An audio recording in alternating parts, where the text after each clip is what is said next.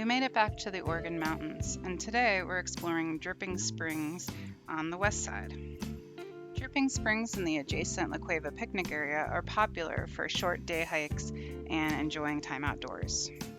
This area has actually been attracting people for thousands of years. There are hundreds of thousands of artifacts that have been found near here that date back to about 5000 BC. There's also more recent history that we'll be hiking up to remnants of from the 1800s. This is so tall. It's so tall we can barely fit it in our frame.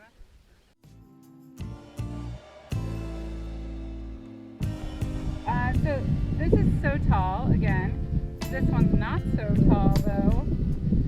It's not a yucca, but we're all in the family. Not much shade out here except under these lone junipers. We're on an Oryx safari. Someone told us there's Oryx up ahead.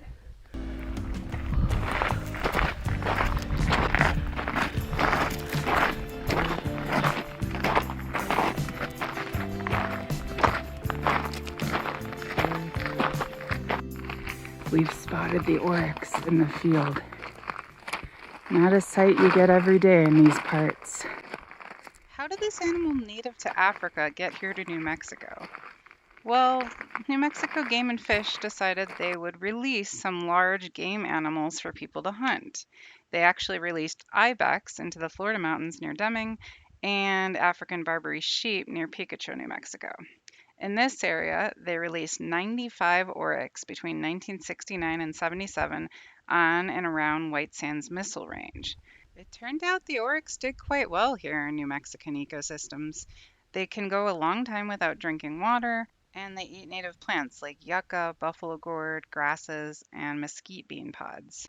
In Africa, the lions there would be helping control the numbers of these animals, but here in New Mexico, our mountain lions just aren't effective enough at controlling them.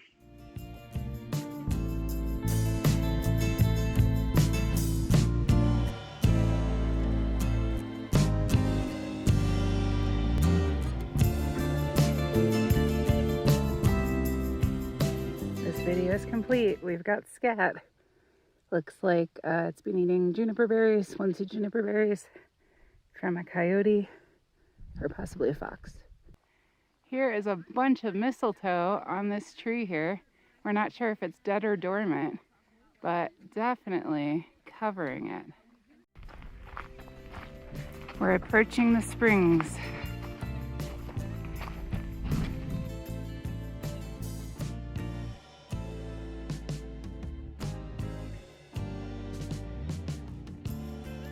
Well, can't say it's dripping too much today.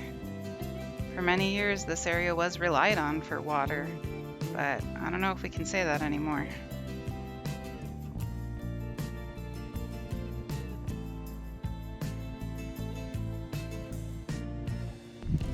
We've reached the site of Old Van Patten's Hotel, which was here in the late 1800s into the early 1900s.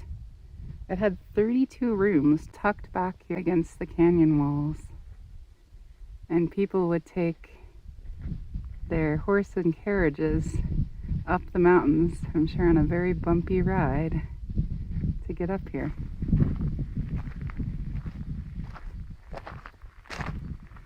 Would you want to go for a vacation up here and stay at this hotel? Or I guess, would you have wanted to go up here and stay at this hotel? It is in a beautiful spot.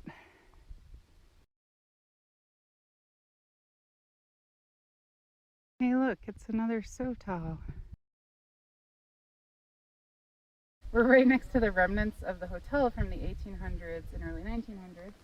And above us is the sanatorium that was created so that people with tuberculosis could come out west. The idea was that the dry air and the mountain air would help heal their illness. Unfortunately, that ended up not really being the case.